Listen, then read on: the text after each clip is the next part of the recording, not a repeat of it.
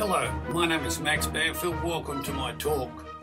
I'm the inventor of the standing computer desk and the modern method of treating chronic fatigue syndrome, which other people call pacing. Today I'll be discussing the history of anxiety neuroses, which I now call postural neuroses. When I was 17 years old, I was an instructor at Eddie's gym and did this somersault from a 9'6" high unicycle. At age 19, I was offered 3 scholarships to study leadership in a course called Group Work at the Institute of Technology. I completed it and gained a Group Work certificate, and when the Institute merged with the Adelaide Teachers College, I became a foundation member of the University of South Australia Humanities and Social Sciences chapter. The subjects of the course included Group Work 1 and 2, Psychology 1 and 2, and Sociology.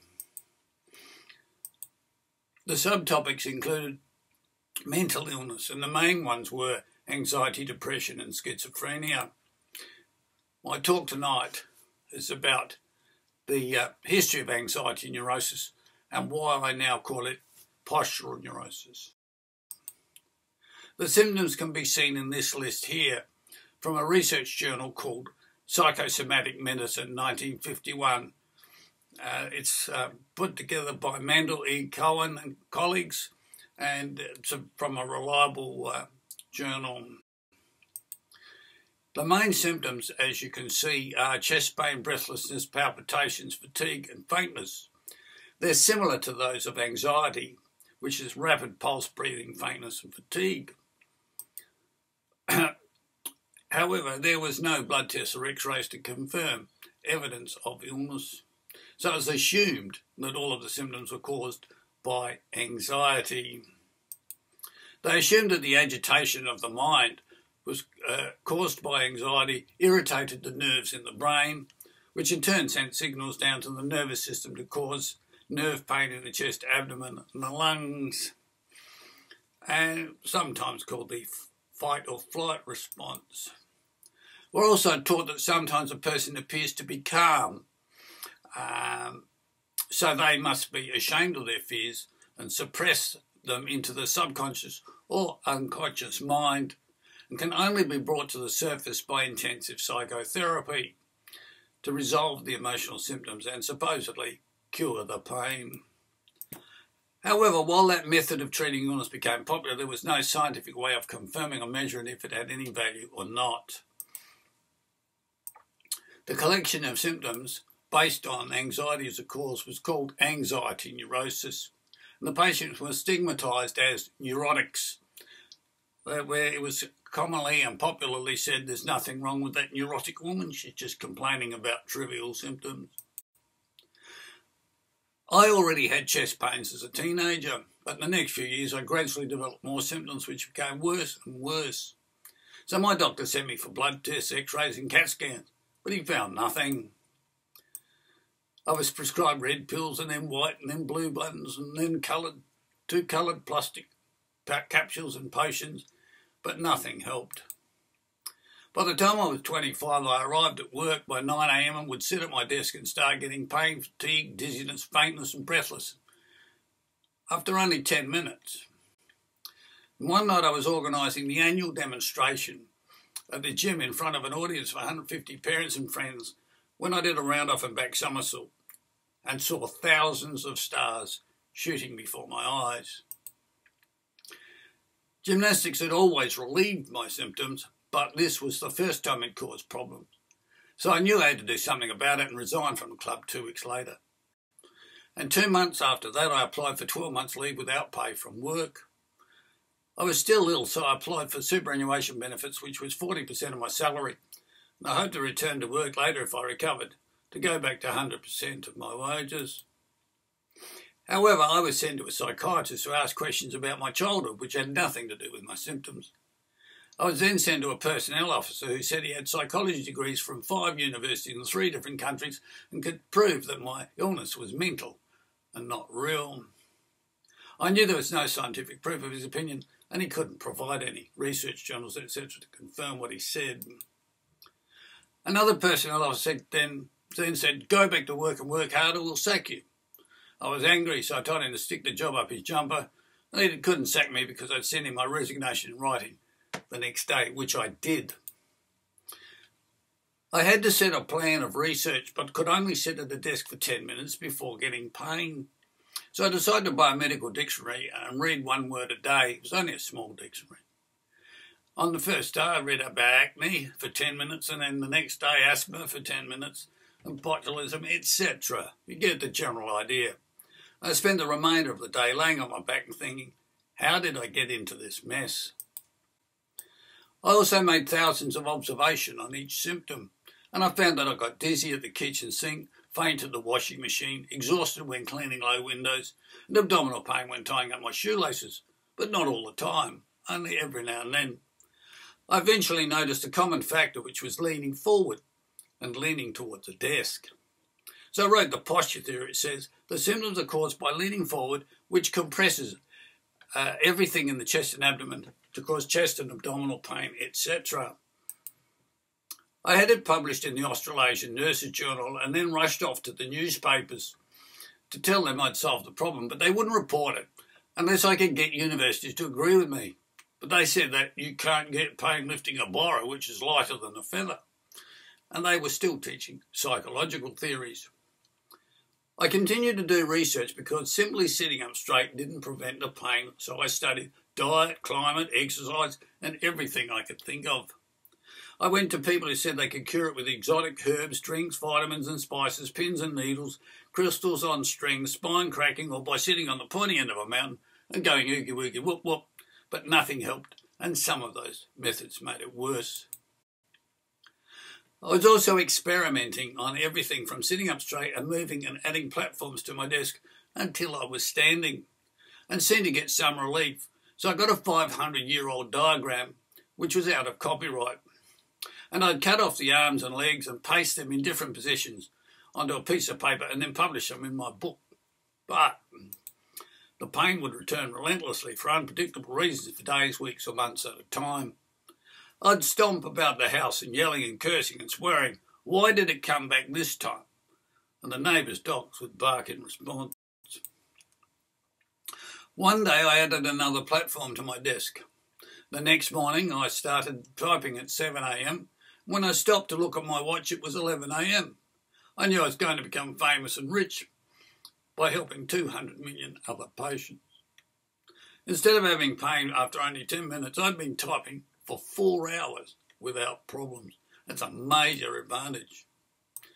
I drew a diagram of the height and position of the keyboard and screen by cutting up the other diagram and rearranging the position of the arms, etc. And I published it in the 10th edition of my book in 1999. It was the world's first and only solution to pain, which affected at least 200 million people. But the newspapers still wouldn't report it unless I could get university experts to confirm the value. However, the universities rejected the concept because they were still teaching psychological cause and psychotherapy as the treatment and said I was wrong. I then went to furniture companies who rejected it and were dictating to typists because they couldn't type themselves and didn't have a computer. And one said that he had a room full of second-hand ordinary desks out the back that he couldn't sell, and he didn't want to manufacture more junk that none of his customers ever asked for.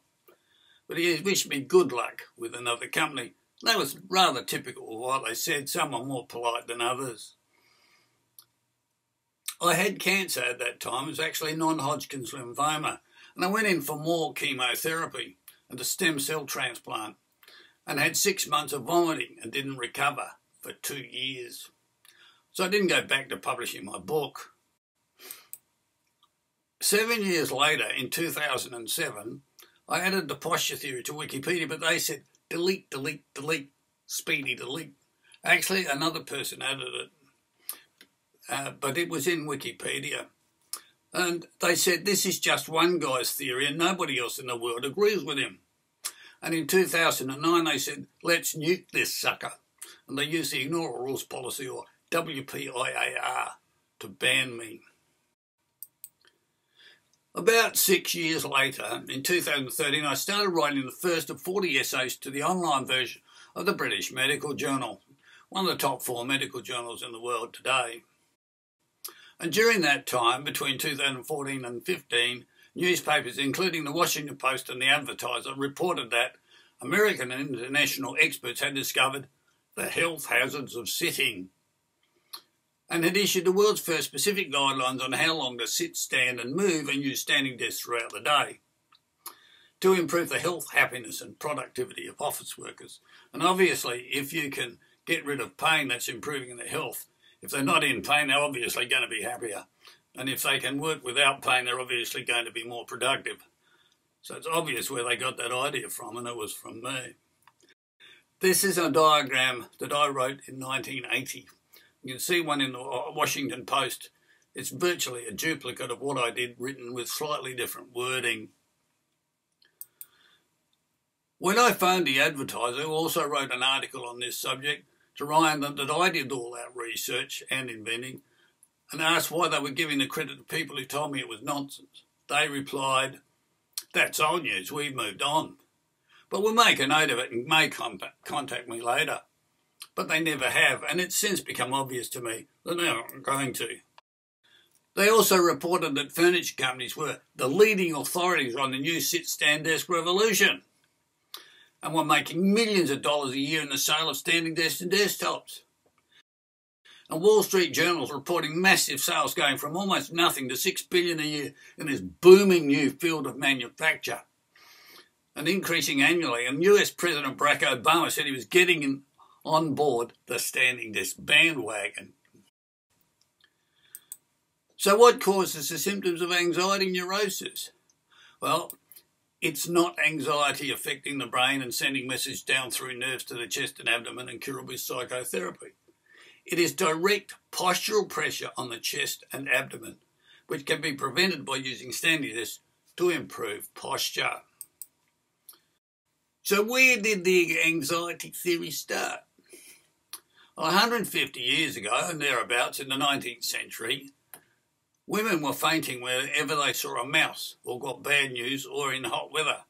And scientists argued it was because their heads were smaller than men's. So they were intellectually, mentally and emotionally weak compared to men and suffered from weak nerves, which they called neurasthenia. And from neuro equals nerve and asthenia equals weak. Recommended treatment was the revolutionary new sciences of hypnotism and psychotherapy, where they tried to convince women that they were not actually in pain and asked them to unlace their corsets and lay on a chase lounge to discuss and resolve their emotional conflicts so that their pains would disappear. In this diagram, Jean-Martin Charcot, 1825 to 1893, was demonstrating hysterical and neurotic fainting. And note that the patient is a woman wearing a corset.